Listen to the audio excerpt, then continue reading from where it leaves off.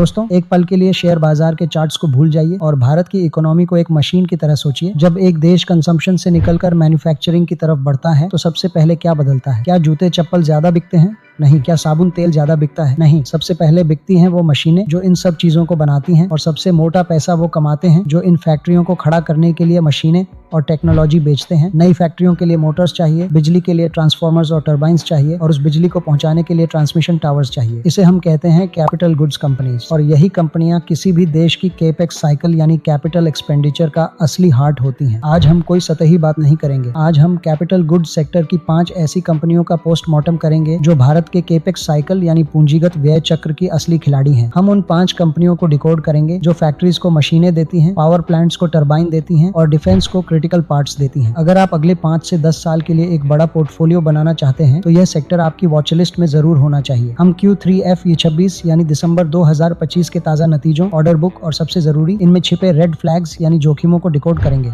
Diary pen निकाल लीजिए, क्योंकि आज का यह वीडियो कोई टिप या रिकमेंडेशन नहीं है, बल्कि एक पूरी केस स्टडी है कैपिटल गुड्स सेक्टर पर। इसे देखने के बाद आपकी निवेश की सोच बदल सकता है। तो चलिए शुरू करते हैं।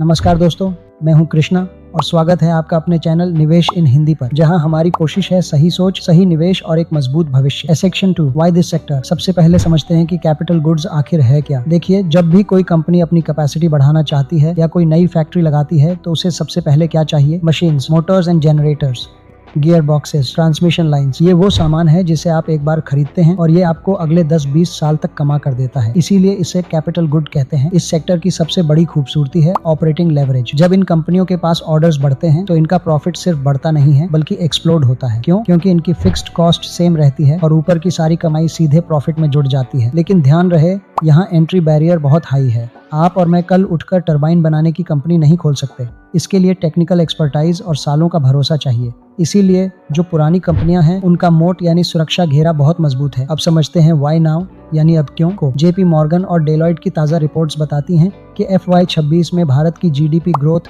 7.5% से 7.8% के बीच रहने का अनुमान है। लेकिन इसमें खास बात यह है कि प्राइवेट केपेक्स यानी निजी कंपनियों का खर्च वापस आ रहा है। फैक्ट्रियों में काम करने की क्षमता यानी capacity utilisation pre covid levels को पार कर चुकी है। इसका सीधा मतलब है कंपनियों को अब नई मशीनें खरीदनी ही पड़ेगी। और यही एंट्री होती है हमारे China+1 फैक्टर की। दुनिया अब सिर्फ चीन पर भरोसा नहीं कर रही और इसका सीधा सबूत है इन कंपनियों की एक्सपोर्ट ऑर्डर बुक, जिसे हम आगे देखेंगे। तो चलिए अब कंपनी एनालिसिस की ओर बढ़ते हैं। Section 3, Kaynes technology. हमारे लिस्ट में पहली कंपनी है केन्स टेक्नोलॉजी। ज्यादातर लोग इसे सिर्फ एक इलेक्ट्रॉनिक्स मैन्युफैक्चरर मानते हैं, लेकिन Q3FE26 की रिपोर्ट कुछ और ही कहानी बयां करती है। यह company electronics manufacturing services sector में काम करती है। आसान भाषा में कहें तो ये दूसरों के लिए इलेक्ट्रॉनिक सिस्टम्स डिजाइन करते हैं और बनाते हैं। आइए जानते हैं इसके बिजनेस मॉडल को। ये सिर्फ मोबाइल फोन असेंबल नहीं करते, इनका काम बहुत कॉम्प्लेक्स है। ये डिफेंस, एयरोस्पेस, मेडिकल और इंडस्ट्रियल सेक्टर के लिए मिशन क्रिटिकल इलेक्ट्रॉनिक्स बनाते हैं। यानी अगर इनका बनाया हुआ पार्ट फेल हुआ तो पूरा सिस्टम फेल हो सकता है। कंपनी अब इंटीग्रेटेड इलेक्ट्रॉनिक्स की तरफ बढ़ रही है, यानी सिर्फ पुर्जे जोड़ना नहीं बल्कि OSAT यानी सेमीकंडक्टर असेंबली और HDI PCB जैसे जटिल काम करना। ग्रोथ ड्राइवर्स की बात करें तो China+1 स्ट्रेटेजी सबसे बड़ा फैक्टर है। पूरी दुनिया अब इलेक्ट्रॉनिक्स के लिए चीन के अलावा दूसरे ऑप्शन देख रही है और भारत इसमें सबसे आगे है। PLI स्कीम्स के तहत सरकार इलेक्ट्रॉनिक्स मैन्युफैक्चरिंग पर बहुत जोर दे रही है। कंपनी ने सेमीकंडक्टर पैकेजिंग में भी कदम रखा है जो फ्यूचर का गेम चेंजर हो सकता है। इसमें बुल केस क्या है? पहला, इसका विशाल ऑर्डर बुक। दोस्तों, डेटा देखिए, दिसंबर 2025 तक इनकी ऑर्डर बुक 9,072 करोड़ रुपए के रिकॉर्ड स्तर पर पहुंच गई है। सिर्फ 18 महीनों में यह लगभग दोगुनी हुई है। यह दिखाता है कि मांग कितनी जबरदस्त है। दूसरा, प्रोडक्ट मिक्स। इनका 54% रेवेन्यू इंडस्ट्रियल और EV से आता है, जो हाई मार्जिन बिजनेस है। यह मोबाइल फोन असेंबल करने वाली कम मार्जिन वाली कंपनी नहीं है। तीसरा, कवच और रेलवे सुरक्षा प्रणाली कवच इनका अगला बड़ा ट्रिगर है। हाल ही में कुछ देरी हुई थी, लेकिन सरकार का फोकस और 34,000 करोड़ का मार्केट साइज इसे एक बड़ा अवसर बनाता है। इसमें बेयर केस यानी जोखिम क्या है? रुकिए, सब कुछ अच्छा नहीं है। पहला जोखिम है वैल्यूएशन। यह स्टॉक 60 से अधिक के पीई पर ट्रेड करता है, यानी बाजार ने अगले 3-4 साल की ग्रोथ को आज ही कीमत में जोड़ लिया है। दूसरा, कवच के ऑर्डर्स एग्जीक्यूशन में देरी। अगर रेलवे के टेंडर लेट हुए तो स्टॉक प्राइस में तेज गिरावट आ सकती है। अगर आप बहुत लंबी अवधि 5 से 10 साल का नजरिया रखते हैं और सेमीकंडक्टर बूम खेलना चाहते हैं तो केन्स रडार पर होना चाहिए, लेकिन शॉर्ट टर्म में यह एक्सपेंसिव है। एसिशन 4 आजाद इंजीनियरिंग। अब चलते हैं उस कंपनी की तरफ जो वो पुर्जे बनाती है जिनके फेल होने का मतलब है तबाही। मैं बात कर रहा हूँ आजाद इंजीनियरिंग की। ये कंपनी लाइफ क्रिटिकल कंपोनेंट्स बनाती है। इनके क्लाइंट्स कौन हैं? Boeing, GE, Mitsubishi, Rolls Royce. ये वो नाम हैं जो दुनिया चलाते हैं और ये कंपनियां अपने पार्ट्स हर किसी से नहीं बनवाती। आजाद इंजीनियरिंग ने वो भरोसा जीता है। इसमें बिग ट्रिगर यानी बड़ा बदलाव क्या हुआ है? हाल ही में इन्होंने जापान की मित्सुबिशी हेवी इंडस्ट्रीज के साथ 73.47 मिलियन डॉलर लगभग 651 करोड़ रुपए का एक डील साइन किया है। यह सिर्फ एक ऑर्डर नहीं है, यह एक लॉन्ग टर्म कॉन्ट्रैक्ट है। इसका मतलब है अगले 5 साल की कमाई पक्की। सोचिए, दुनिया में जितने भी प्लेन उड़ रहे हैं या गैस टरबाइन चल रहे हैं उनमें रिप्लेसमेंट पार्ट्स की जरूरत हमेशा पड़ेगी और ये एक रिकरिंग रेवेन्यू मॉडल बन जाता है। भारत डिफेंस मैन्युफैक्चरिंग में भी आत्मनिर्भर बन रहा है, जिसका सीधा फायदा आजाद को मिलेगा। आइए मार्जिन पर नजर डालते हैं। Q2 FY26 में इनका एबिटा मार्जिन 36.1% था। दोस्तों, मैन्युफैक्चरिंग में 36% का मार्जिन होना किसी चमत्कार से कम नहीं है। यह बताता है कि इनके पास प्राइसिंग पावर है और कोई दूसरा आसानी से इनका मुकाबला नहीं कर सकता। इस कंपनी में रिस्क फैक्टर क्या है? यहाँ एक कॉन्सेंट्रेशन रिस्क है। इनका 70 से 80% धंधा सिर्फ टॉप 5 ग्राहकों से आता है। अगर कल को जीई या मित्सुबिशी ने अपनी रणनीति बदली तो आजाद को बड़ा झटका लग सकता है। साथ ही इनका वैल्यूएशन भी केन्स की तरह बहुत महंगा, लगभग 80 मल्टीपल है। चूंकि ये एक्सपोर्ट ओरिएंटेड ज्यादा हैं, तो ग्लोबल रिसेशन या अमेरिका या यूरोप में मंदी का असर इन पर पड़ सकता है। एसिशन 5 एलेकॉन इंजीनियरिंग। अब बात करते हैं उस कंपनी की जो शायद सबसे ज्यादा चर्चा में रहती है। इस कंपनी को मैं कहता हूँ the gear box king of India. नाम है एलेकॉन इंजीनियरिंग। ये इंडस्ट्रियल गियर्स में भारत के बेताज बादशाह हैं। आप किसी भी फैक्ट्री में चले जाइए, चाहे वो सीमेंट हो, स्टील हो, शुगर हो या पावर प्लांट हो, हर जगह मोटर की स्पीड को कंट्रोल करने के लिए गियर बॉक्स लगता है। और भारत में इंडस्ट्रियल गियर बॉक्स का मतलब है एलेकॉन, जिनके पास 39% मार्केट शेयर है। इसका टर्न अराउंड स्टोरी कुछ इस तरह है। कुछ साल पहले तक इस कंपनी पर बहुत कर्ज था, लेकिन पिछले 3-4 सालों में मैनेजमेंट ने गजब का काम किया है। इन्होंने अपना कर्ज कम किया है। इन्होंने मटेरियल हैंडलिंग यानी जो लो मार्जिन था से फोकस हटाकर गियर्स जो हाई मार्जिन है पर लगाया है। अब ये यूरोप और अमेरिका में भी एक्सपोर्ट कर रहे हैं। सिंपल लॉजिक है दोस्तों, जितनी ज्यादा फैक्ट्रियां लगेंगी उतने ज्यादा गियर बॉक्स बिकेंगे। ये इंडिया का इंफ्रास्ट्रक्चर बूम पर प्रॉक्सी प्ले है। अब ये डार्क हॉर्स बन गया है। FY25 में इस सेगमेंट के ऑर्डर्स में 49% की ग्रोथ देखी गई है। कंपनी का लक्ष्य है कि FY30 तक उनका 50% रेवेन्यू एक्सपोर्ट से आए। इसमें चिंताएं क्या है? यहाँ आपको बहुत ध्यान देने की जरूरत है। Q3 FY26 के नतीजे कमजोर रहे हैं। मार्जिन 27% से गिरकर 20% पर आ गए हैं। मैनेजमेंट का कहना है कि यह प्रोडक्ट मिक्स की वजह से है, लेकिन 7% की गिरावट बहुत बड़ी होती है। दूसरी चिंता रिलेटेड पार्टी ट्रांजैक्शंस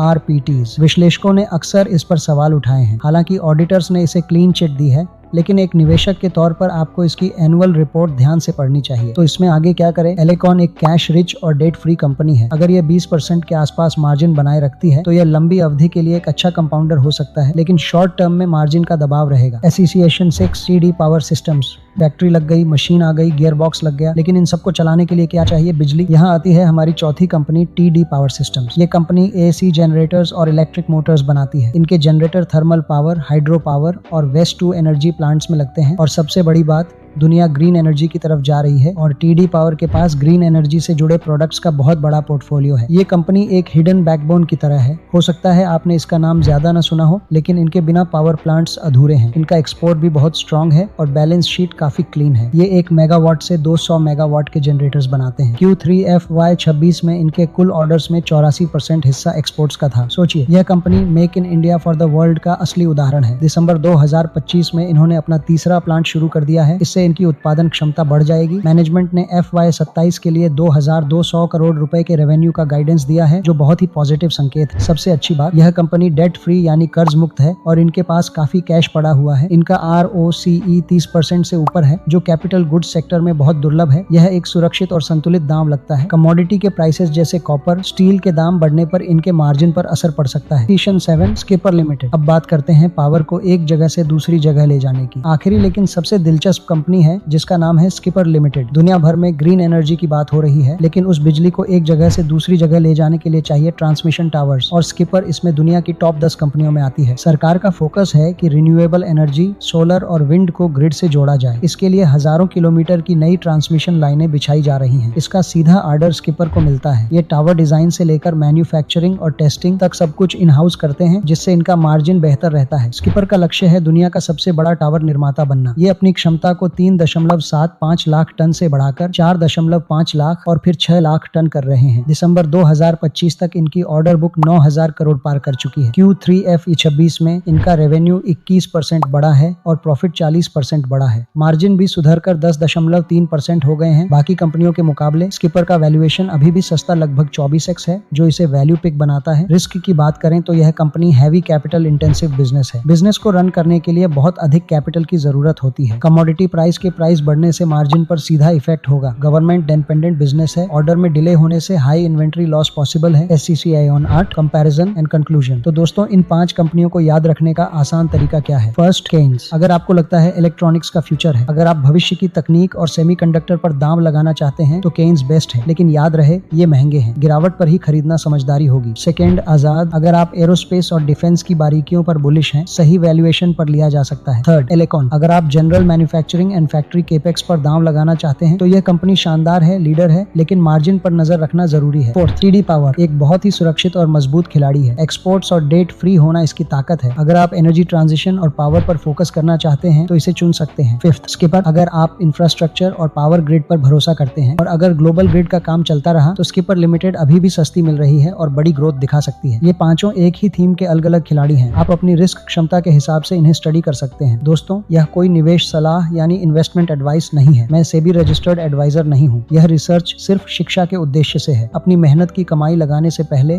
अपने वित्तीय सलाहकार से बात जरूर करें। अगर आपको यह डीप डाइव रिसर्च पसंद आई तो कमेंट में लिखें उस स्टॉक का नाम जिस पर डिटेल वीडियो चाहते हो। अगला वीडियो किस पर चाहिए, रेलवे या डिफेंस, नीचे बताएं। लाइक करें, सब्सक्राइब करें। जय हिंद।